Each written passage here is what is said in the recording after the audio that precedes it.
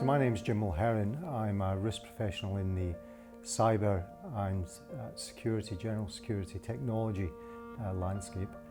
Where did I come from? I began my career in the military, in the Royal Air Force, where I spent 21 years.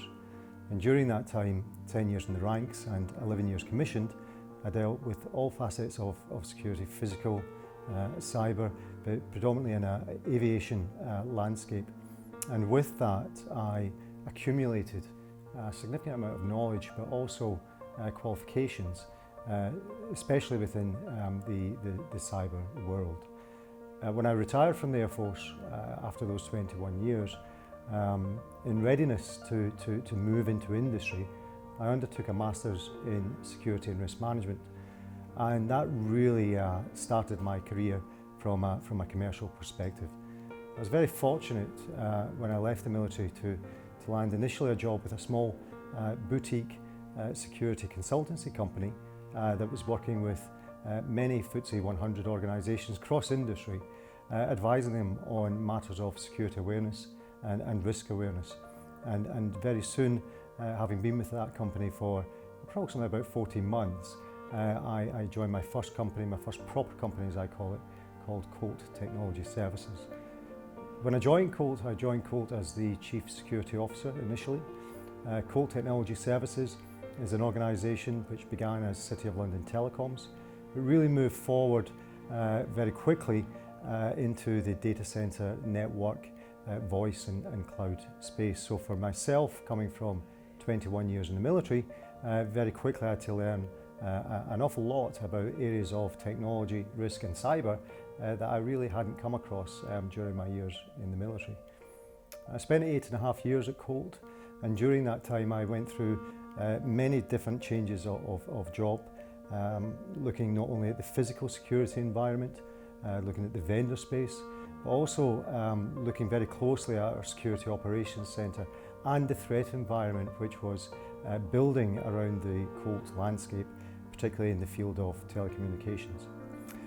Near my end of my tenure at Colt, I was very fortunate to be in a position where I was not only running all aspects of security, but also business continuity, health and safety, audit, and effectively became the Chief Risk Advisor to the CFO and the CEO.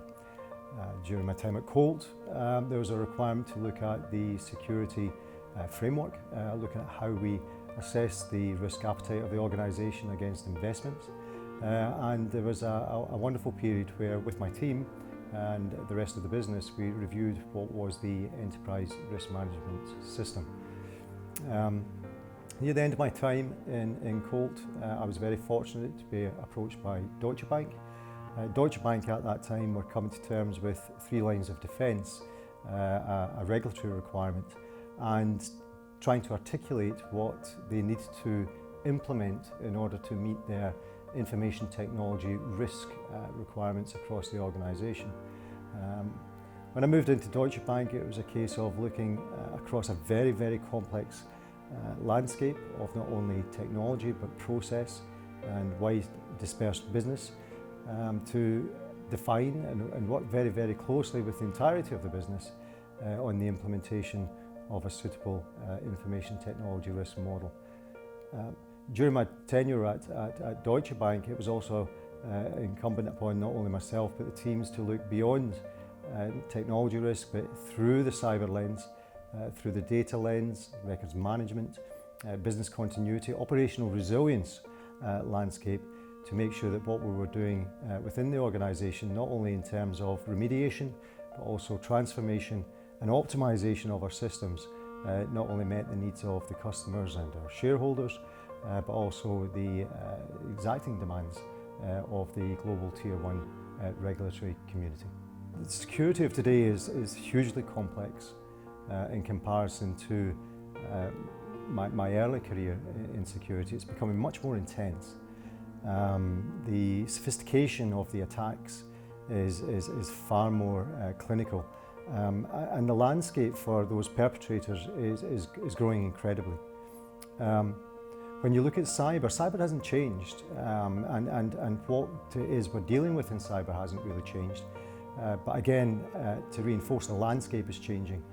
dramatically. If you look at aspects of emerging technology, big data, data analytics, Internet of Things, that gives the cyber attacker a far wider field in order to take their attack. The interesting thing is that 99% of the cyber vulnerabilities within most organisations is already known, and not only just known in the last couple of weeks, but probably known for a prolonged period of time.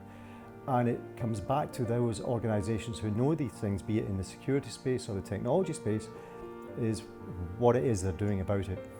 And that comes back to the organisation's maturity in being able to articulate its risk appetite against investment to fix, or its tolerance levels against the impact of one of these vulnerabilities exposing themselves and ultimately harming the organisation.